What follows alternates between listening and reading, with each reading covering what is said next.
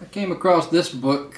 I was watching some YouTube stuff, and this one came up. I was looking at some stuff about North Carolina on the internet and looking at some of the YouTube videos about North Carolina history.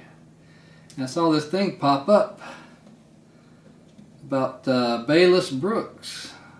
And I guess he did some extensive research into the genealogy and family history, and he actually found some answers to where Edward Teach, better known as Blackbeard, came from. And everything that he came up with seems to make sense. I know that most of the stuff you read about from the books there's really not that much known about him, other than they say he may have come from Bristol, England, but that's about it. A lot of people, a lot of books, they just don't know where he came from. But Bayless actually went back and found some records and church records, Royal Navy records, some genealogy searches. He found some stuff online on that Ancestry.com, genealogy.com stuff. He said the information was out there. Electronic records were already available. All he had to do was log on and find them. But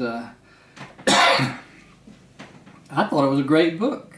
It's a big book. It's got a lot of information in it. It's not a story book. It's not a fiction novel or anything. It's just a book of facts. And if you're interested in Blackbeard, I've been interested in pirate stuff ever since I was in like the 4th grade, 3rd or 4th grade. And growing up in eastern North Carolina, you hear about this a lot. When I was in the Coast Guard, I worked down on the Outer Banks. Hear a lot about it there, and I did a lot of reading up on it. A lot of the stuff was pretty much fiction. People had just made stuff up for tourist information and things like that. Then he talks about that in here too, and talks about how he really wasn't that bad a fella.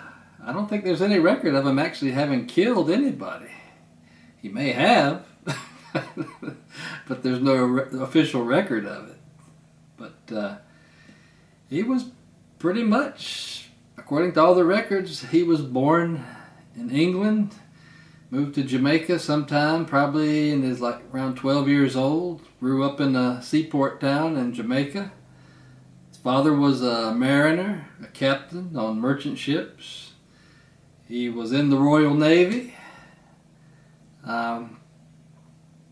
His family had a plantation in Jamaica, Spanish Town, Jamaica. And there's all kinds of stuff in here. I thought it was a very interesting book. And I'm reading one of his other books now too. But there's a link below to take you straight to this one. And I think if you are interested in North Carolina history, there's a lot of North Carolina history in here. And if you're interested in just Blackbeard, just the mystery that surrounded him, this one actually has some answers in it. And it's just a great book. Even the part where he got killed down on the backside of Ocracoke Island, I thought maybe the Royal Navy sent ships in through Ocracoke Inlet. But come to find out, they didn't even come through Ocracoke Inlet. They tried to sneak up on him by coming through Roanoke Inlet, which was north of current-day Oregon Inlet, which didn't exist back then. Roanoke Inlet no longer exists, but the fact that Roanoke Inlet was actually used, that was pretty interesting to me. That actually backs up some of the stuff about the Lost Colony, why they chose that location for the Lost Colony. But anyway, getting back to the Blackbeard stuff. It's a great book. Doesn't cost very much. It's got a lot of information in it. You got to sit down and read this, but when you get into some of the stuff that you're interested in and some of the back history on piracy, how it existed, why it existed, I think if Blackbeard had not been killed at Ocracoke,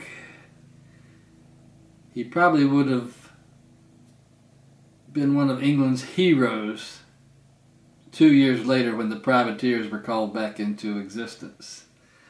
And just like John Hancock. If John Hancock had been in this time period with Blackbeard, he would have been in the same category. If Blackbeard had existed in the time of John Hancock around the American Revolution, he would have probably been one of our Revolutionary War heroes. But I'm not going to give away too much in the book. It's a very good book. I recommend it highly.